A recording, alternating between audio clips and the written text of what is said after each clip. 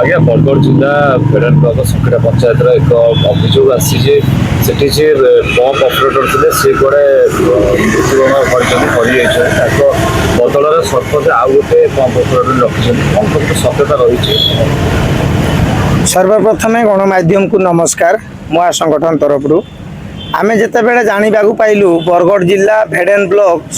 संक्रीडा पंचायत जितेबले बुझिली जे आपण जड़े नूतन कर्मचारी ना ट्रेनर से कहले मु नुआ भावे रही तो मुझे कौन पाई से गले कुआड़े ना से रस्सी लगे कि सुसाइड करदे मुझे रस्सी लगेले कौन पाई ना रस्सी लगे सुसाइड कलापर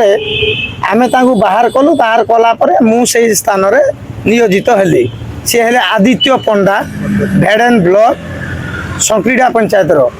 मुझे ता परिवार थे ता स्त्री थे ता पुओ थे से न्याय पाइबा जरूरी निहाती दरकार तो सी कहले तांको परिवार आउ कहीं नहीं तो जहाँ को मृत घोषणा करी चंचकता करी जड़े 2003 रु 2014 पर्यंत दरमा पाई कार्य करिजंती किंतु सरपंच एथिरे चंचकता करी ता निजस्व लोक को रखीदेले एवं से व्यक्ति आज मो पाखरे बसंती जो व्यक्ति को मृत घोषणा करिजंती तो दुर्भाग्यजनक कथा जे लोकों सरकार विगत सरकार थिला वर्तमान लोकों सरकार रे निश्चय एक कथा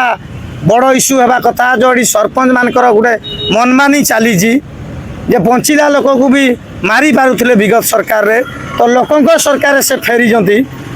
निजे जे पंप ऑपरेटर थिले सी आज मो सामने अच्छा से मत कांदी कांदी दिने कहले आज्ञा मु भूत फोन करुँगी मु आश्चर्य हली आज्ञा भूत कौन फोन करुँच